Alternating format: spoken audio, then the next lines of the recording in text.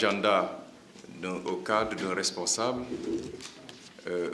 Rester ici toute l'après-midi, je sais que ce n'est pas quelque chose de très facile pour des gens qui ont beaucoup de préoccupations, mais j'aimerais bien croire qu'en repartant, vous n'aurez pas l'impression d'avoir perdu, d'avoir sacrifié votre après-midi.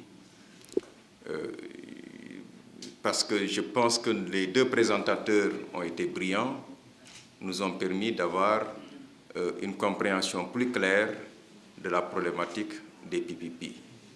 Leurs exposés ont été brillants et je dois dire personnellement, j'ai été renforcé, développé en les écoutant attentivement. Je voudrais moi aussi, à la suite de M. Samba Diop, peut-être dire rapidement ce que j'ai retenu de la problématique des PPP, qui est un sujet d'actualité. Donc je voudrais dire moi aussi ce que j'ai retenu de la problématique des PPP, qui est un sujet d'actualité, un sujet extrêmement important. Au niveau de notre espace de l'UEMOA, une nouvelle directive, un projet de directive a déjà été conçu et circularisé.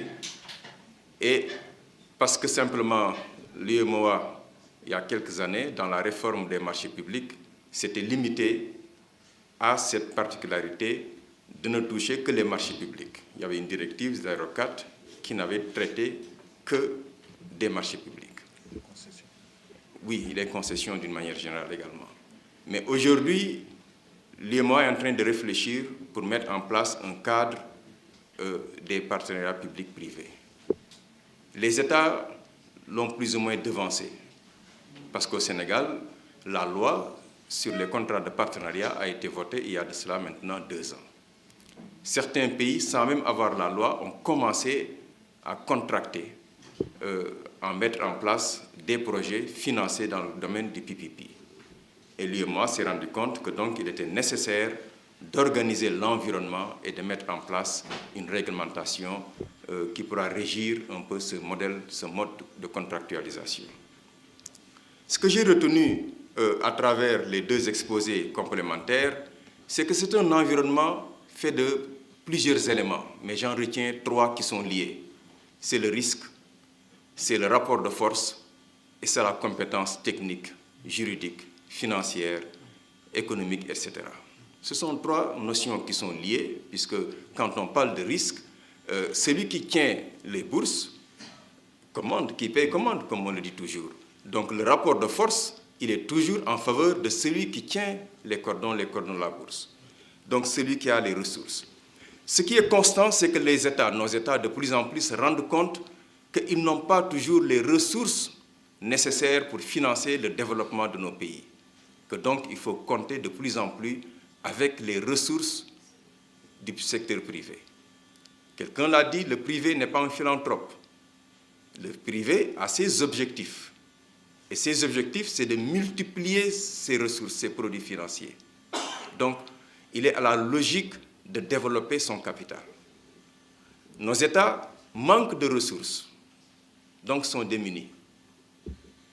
Et donc, ont besoin de ressources financières pour financer le développement. Le rapport de force est vite fait. J'ai entendu par moments, dans d'autres cadres, certains venir me dire « c'est un projet extrêmement important, nous ne sortons pas 1 centime, il va tout financer et nous allons avoir l'ouvrage. On ne commencera à payer que dans 5 ans ou dans 7 ans. C'est intéressant, il faut donc qu'on y aille. » Je me pose la question, est-ce qu'on a réfléchi sur la problématique de fond? Ça va coûter combien? Oh, ça va coûter 40 millions, 50 millions, 100 millions, que sais-je. Mais pour lui, le projet, il est intéressant simplement parce qu'il ne sortira pas 1 centime pendant 5 ans. Et c'est quelqu'un d'autre qui va tout supporter et il va même superviser, donc veiller sur l'entretien, etc. La compétence technique est un facteur extrêmement important. Et les études préalables doivent permettre de savoir exactement où on va, où est-ce qu'on met les pieds. On ne le fait pas suffisamment. On est souvent préoccupé par l'ouvrage qu'on va édifier, qu'on va regarder, qu'on va visiter, qu'on va inaugurer. Mais comment il est financé, comment on va organiser le remboursement, c'est une préoccupation qui n'est pas souvent prise en considération. Même dans les pays développés, en France, les PPP ont démarré plus ou moins en 2004. Et en 2014, il y a eu une évaluation.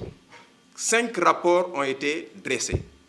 Et tous les rapports ont abondé dans le même sens, avec une recommandation du Sénat demandant au gouvernement d'arrêter les PPP et de n'en recourir que lorsque on ne peut pas faire autrement. C'est un outil exceptionnel.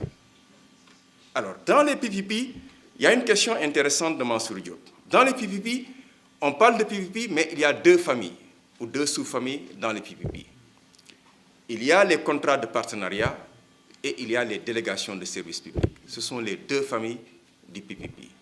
Et comme dit Maître Abibatou Touré, lorsqu'on doit réaliser le projet, on doit regarder quel est le modèle le plus pertinent pour pouvoir le réaliser.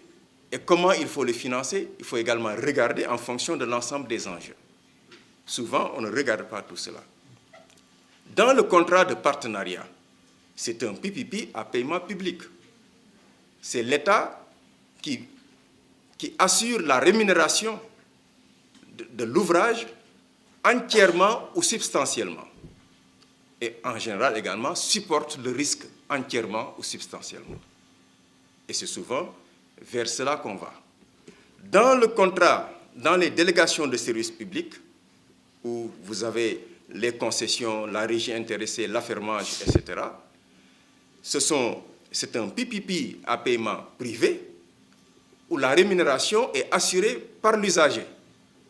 Donc le risque, en général, est supporté par le privé, qui est dans une position d'investisseur, donc qui est rémunéré sur les produits de l'exploitation. Mais en général, la confusion est faite de telle sorte que on préfère les contrats de partenariat, donc, et d'ailleurs, on résume le PPP en contrat de partenariat, on va vers cela, et les paiements sont différés, il y a un taux concessionnel peut-être, il y a beaucoup de choses, mais enfin, on ne le regarde, même du point de vue de l'endettement, de la soutenabilité budgétaire, on n'inscrit pas la totalité de la dette, mais on n'inscrit que l'amortissement annuel. Et donc, on ne considère même pas être endetté sur des centaines de milliards ou sur des dizaines de milliards, mais on considère que chaque année, on doit tant tel montant. Alors que lorsqu'on multiplie ces opérations, on est en train plus ou moins de plier le sort et l'avenir d'un pays, parce que simplement, la capacité d'endettement est vite dépassée. Alors, donc, de sorte que dans les années à venir, le pays peut risquer la banqueroute. C'est vrai qu'on dit souvent qu'un État n'est jamais en faillite, mais la Grèce est là pour prouver le contraire. D'autres pays également. Donc, je pense que c'est un sujet extrêmement important où les gens doivent y aller dans les PPP. Il faut le faire, les PPP, mais ça nécessite des études préalables rigoureuses. En France, ce qu'on a dit à Sarkozy, dans les rapports que vous pouvez trouver sur le net, les gens ont considéré que par moment, il a utilisé les PPP comme instrument politique pour dire que nous avons réalisé ça et ça est inauguré, alors que ça ne correspondait à aucun objectif réel et que les évaluations ont prouvé que l'État a perdu parce que les possibilités alternatives, recourir à une dette, lever de l'argent au niveau de la banque, organiser, financer l'ouvrage, revenait beaucoup moins cher que d'aller dans un partenariat, dans un contrat de partenariat avec un privé, même s'il y a un différé, etc. Mais on se rend compte que ça a coûté peut-être 2, 3, 4 fois plus cher que si l'État avait levé des fonds simplement à la banque et faire face à un endettement bancaire. Donc, ça demande une technicité, ça demande de la connaissance, ça demande également d'avoir des compétences pointues, pluridisciplinaires dans plusieurs domaines pour faire toutes les études de factibilité qui peuvent assurer de la rentabilité du projet. Sinon, ça peut avoir beaucoup d'infrastructures et d'ouvrages, mais à l'avenir, c'est un endettement qui est différé et ce sont des générations à venir qui vont faire face et qui ne pourront jamais rembourser ces dettes-là. Et donc, les États vont perdre leur légitimité quelque part, vont perdre même leur crédibilité, parce que leur souveraineté, c'était le mot que je cherchais. Parce que c'est le privé, en vérité, qui vous tient maintenant, qui a financé le développement, mais qui vous tient parce que vous êtes redevable et vous n'avez pas les moyens de payer. Donc, c'est un instrument extrêmement important, Monsieur le ministre, mais très sensible, que les États doivent beaucoup veiller à cette question-là, la problématique des PPP. Je ne dis pas qu'il ne faut pas le faire. Il faut le faire. Il faut également surtout, regarder du côté des délégations de services publics. Quand vous voyez le secteur des télécommunications, M. Aboulo, c'est un secteur dynamique qui apporte beaucoup dans la croissance. Quand vous regardez du secteur de l'énergie, quand vous allez regarder du secteur de l'eau, dans les délégations de services publics, au moins l'État a transféré le risque de l'autre côté et perçoit des redevances. Mais dans le côté des contrats de partenariat, nos instruments, ou en tout cas la situation de nos pays en général, ne permet pas de faire une bonne évaluation préalable et de cerner l'ensemble des risques correctement, de pouvoir également être en position de force dans une allocation des risques, de limiter les risques à un niveau qu'on peut gérer. Voilà un peu ce que je voudrais partager tout en remerciant tous ceux qui sont venus et dire que donc nous voulons offrir un cocktail à la fin donc,